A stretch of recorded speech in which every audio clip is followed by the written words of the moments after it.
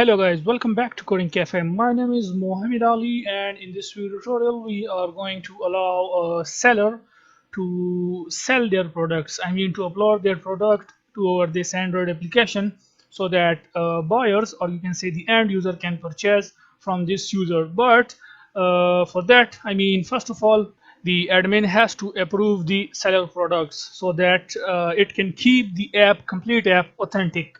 So yeah, I mean, just like you guys see in Amazon, Flipkart, or any other e-commerce app, okay, professional. So yeah, I mean, that's it. Now what we're going to do is basically, let's just close these activities, and here we have our this admin module, okay. And now what we're gonna do is basically we need this one activity, which is admin add new product activity. If I show you the XML file for this, then this is basically our this activity. Now this features, I mean, to upload a product, this belongs to the seller, and we can have thousands of sellers in this app, okay. So what we're gonna do is, I mean, we have to move this activity from here to our seller modules. So first of all, let's rename this activity, which is admin add new product, okay. Just let's click here and refactor and then rename. And what we're going to do is, let's give a name as seller add new product, okay. Seller add new product. If you want, you can add activity. That's it. Just do refactor and it will do all the changes automatically, okay. So this is our seller add new product activity. Now you can just select this and drag and drop into this sellers folder, or you can say this sellers module, okay, from your Android Studio, and then just drop it here. It will show you this thing. You can just click on this refactor, okay, so that it can do all the changes automatically so that you get no error. So yeah, I mean, this is so cool. I mean, we are okay. Now the next thing is, here when we upload, I mean, when a user, when a seller is going to upload a new product, then we are not going to allow it, I mean, directly appear on the end user, or you can say the buyer's home page. So for that, what we're going to do is to add another child, which will, on the basis of which we will identify a verified product and not verified product. I mean, the admin will verify each and every product that a seller will upload, okay. So only then the end user, or you can say the buyer, can purchase it. So yeah, I mean, here we can just say, let's just copy paste it, and we can add a child by the name product state. Now basically this product state means that is what is the status, or state, or you can say status, that is it approved product or not approved product. Approved product means that the seller has approved this product and it is now available for the end users to purchase it. Not approved is the status, which means that the seller upload a new product and the admin has to verify it first, okay. So once the admin verify this product, only then it will be available on the end user's home page. So yeah, I mean, we can say not approved. This is the state, okay, not approved. So we will be playing with this one. I mean, on the basis of this product state, we will display it to the end users. So anyways, now what's next? I mean, alongside with every product, we need an identification for each seller. As I told you, we will have a different user, I mean, different sellers. If I show you, I mean, different persons can become a seller, and they can fill a registration form, and they can create their own account just to sell their products using our application. So how we can recognize them when an end user purchase product from them? So we can add their email address and their phone number. So let's add this. I mean, let's just copy paste this 4 times. I just add a space so that you can know we are now adding alongside with this product map the seller features. So we want the seller name, so we can say seller name, okay. Here we will pass the seller name once we add this, and then we need the seller address. Now if I show you the sellers, then here we have the name, email, address, and phone. We just need this. Also, you can add the seller ID, but this is not important here. I mean, if we know the seller name and the seller address and email, then we can recognize the seller easily by them all by that information also. But if you want, you can also add the seller ID alongside with it. So yeah, I mean, we have seller address, then we need to add the seller phone, name, address, phone. Let's add the email and ID also.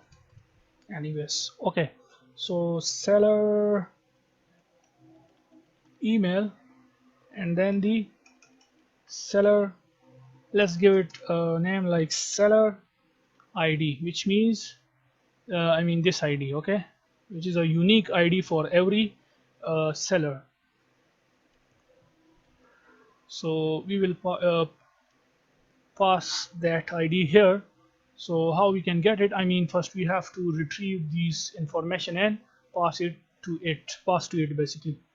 Now for that, what we're gonna do is let's add a let's create a function so that we can retrieve the information of the seller first. Okay, so here at the bottom, what I'm going to do, I'm going to create a method by the name seller information, or instead of that, I mean, there is no need to create a separate method for it. What we are going to do here is to just retrieve it directly and display it there.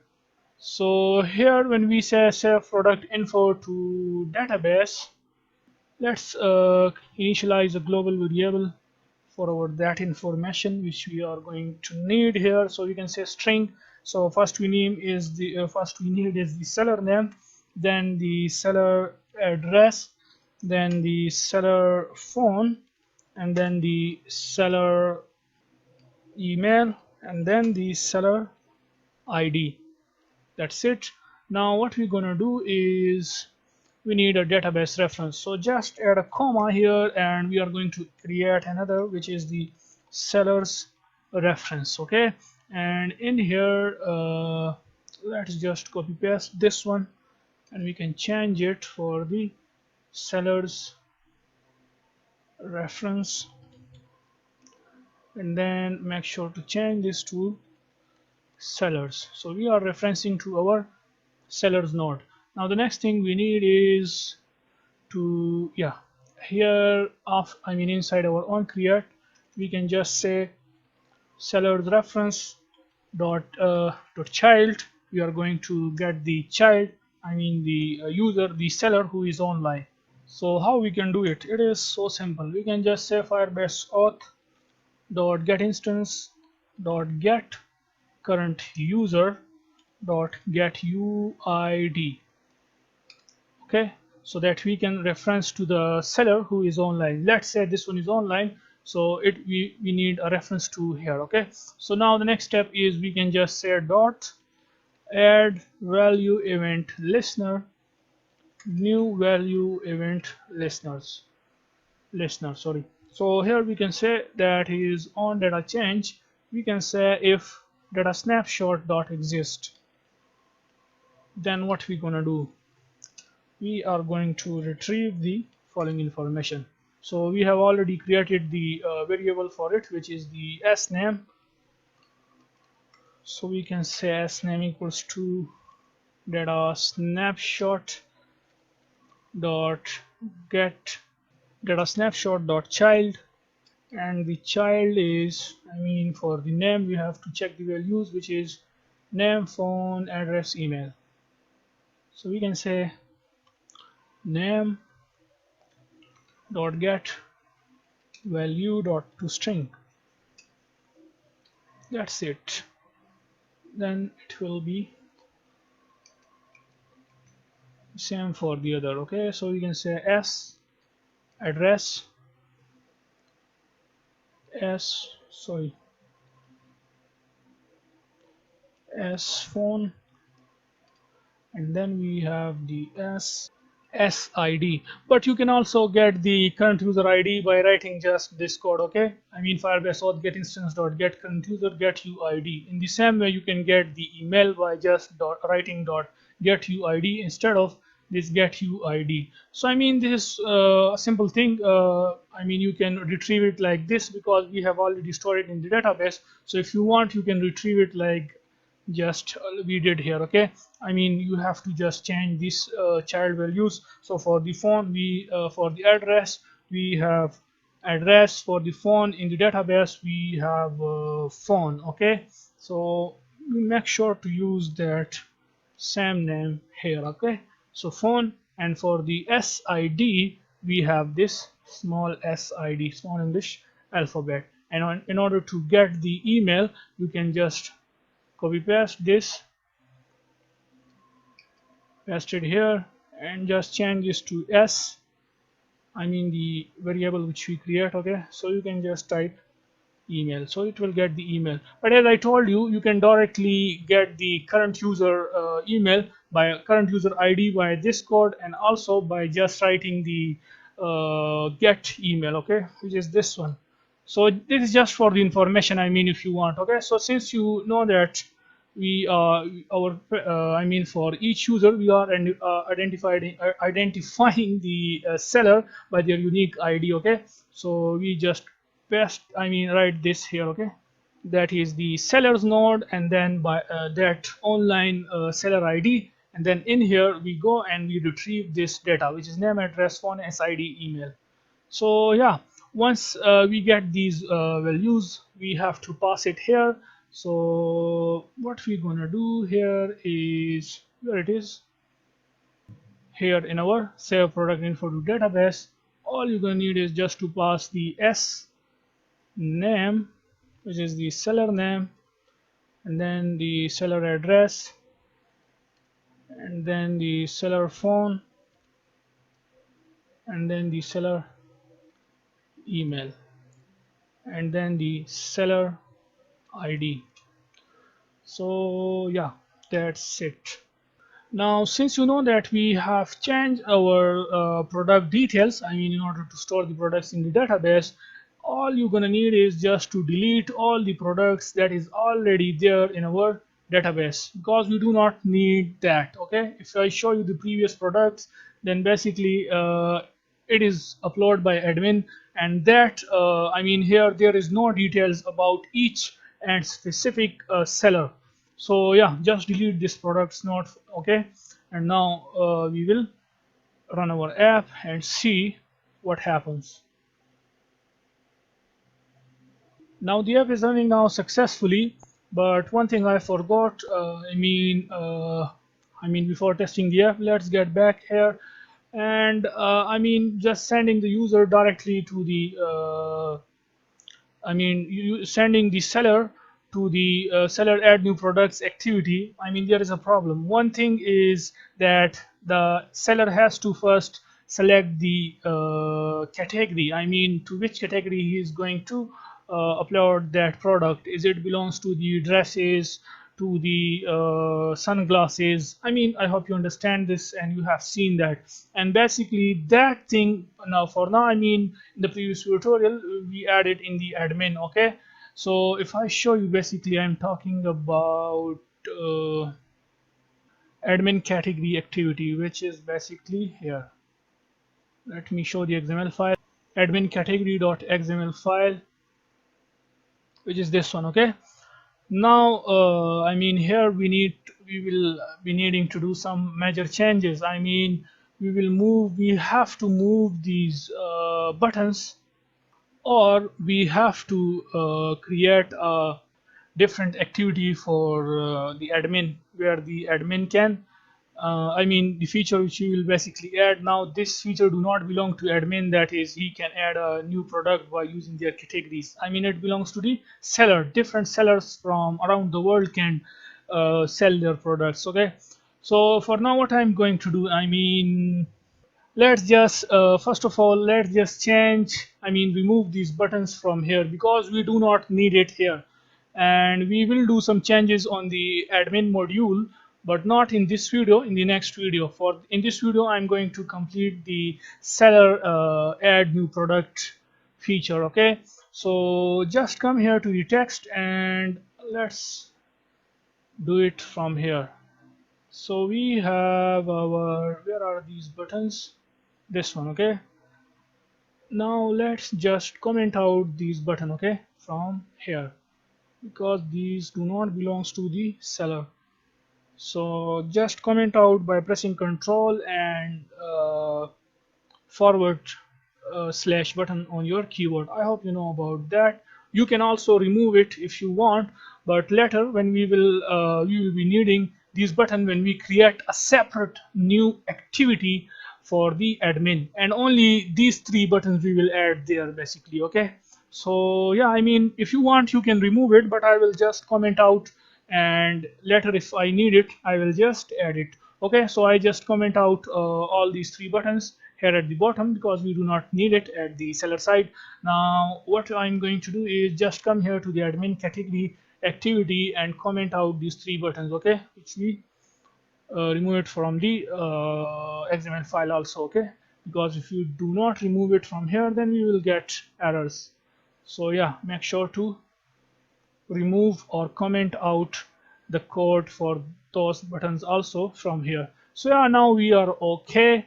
Now this whole activity belongs to the seller, so we have to move this little bit below.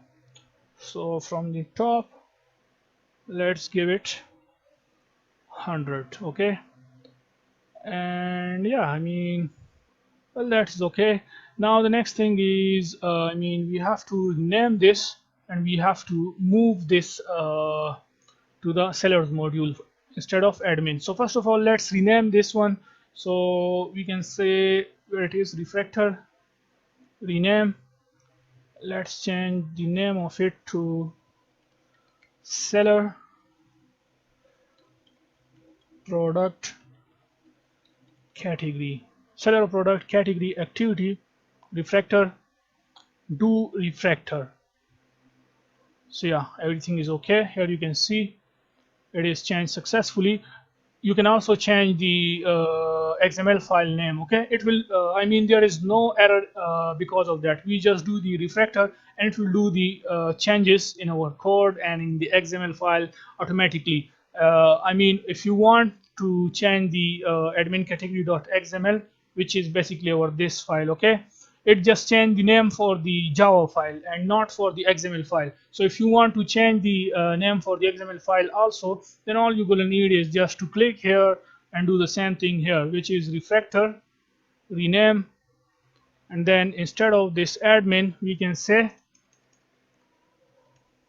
seller underscore add category, and then refactor, and it is changed successfully. Okay, I mean, there will be no error because of this thing. And also, what was the first one activity which we did, which is basically add new product. Okay, which is, I mean, here also if you want you can change the XML name for that also, which is basically, let me check it first.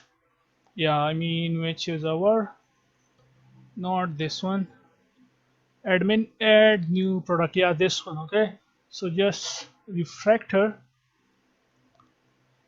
so that we can recognize it by their name easily in the future video tutorials, I mean, or you can say for the code purposes in the future. So yeah, admin, not admin, it is seller add new product activity, seller add new product refactor. So yeah, we are done now with it. Now what we're gonna do is now come back to the I mean, when a user login, first let me show you guys the seller home, which is our this one. When a user click on this add button, okay, so for that we have to go to the seller home, and our seller home is this one. So I'm going to copy this intent from here, and this is our, okay, so remove this home and paste that intent here. Now when a user click on this, sorry, not home, it is the add button.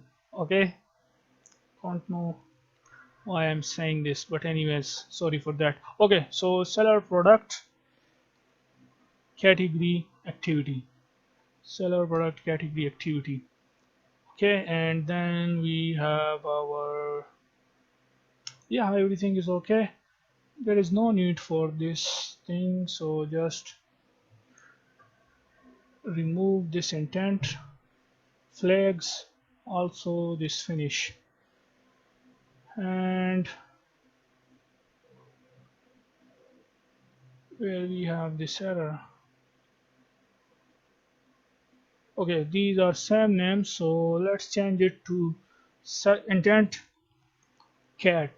Okay, intent category, which means, so pass it here, and then it is our intent main activity, so make sure to do the changes here. Okay, so yeah, everything is okay. Now let's test the app.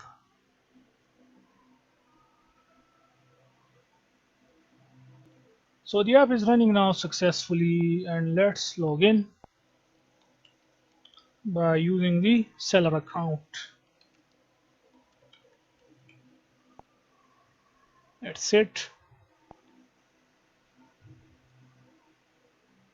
So now we are on the home page. Let's click on this add, and here you can see it, add new product.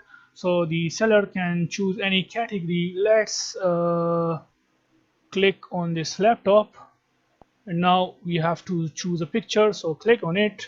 So from here you can choose a picture, I mean from your phone gallery. So let's choose this one. So here you can see it. Now the product name, so let's give it name as let's say iMac Pro, whatever, I mean iMac Pro, let's say foldable.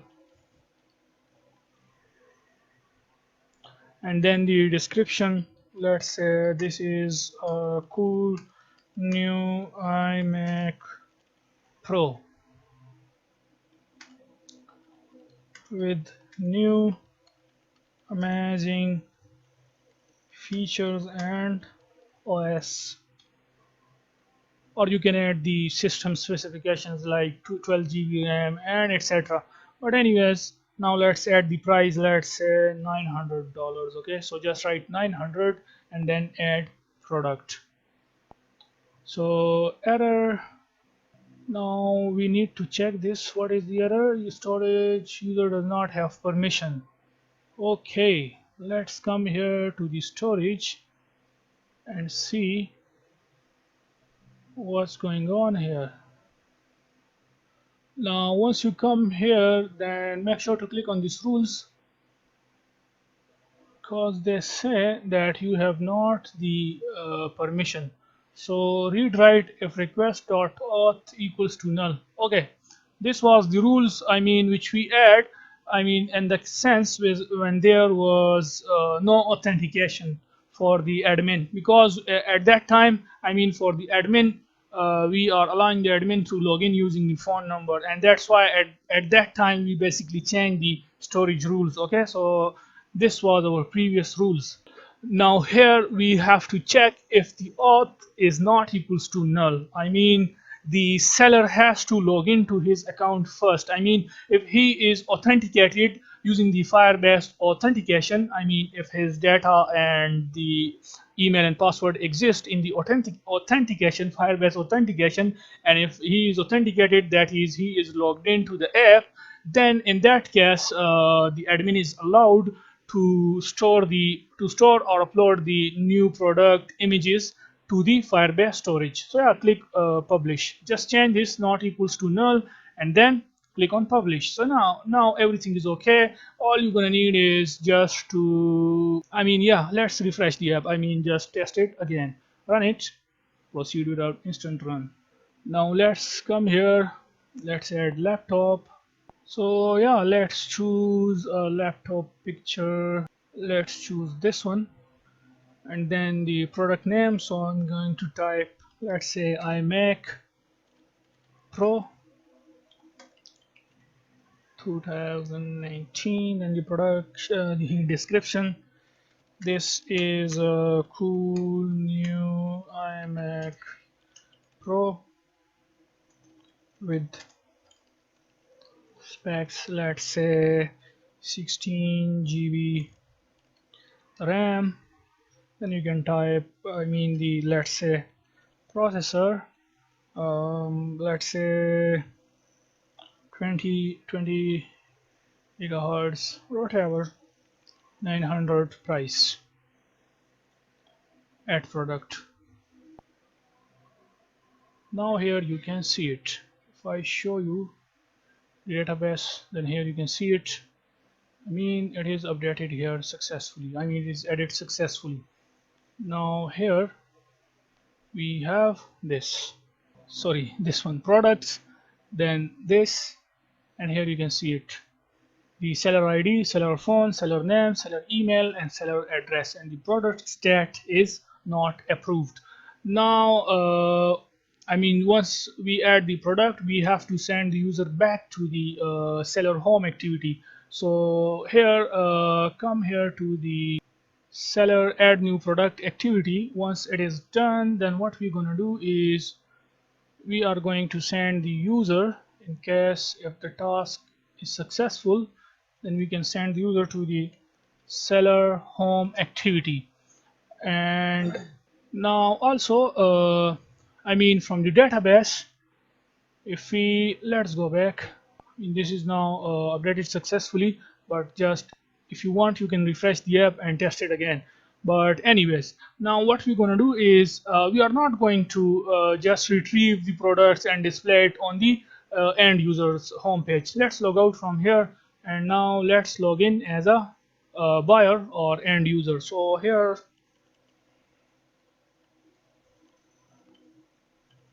okay, and then password,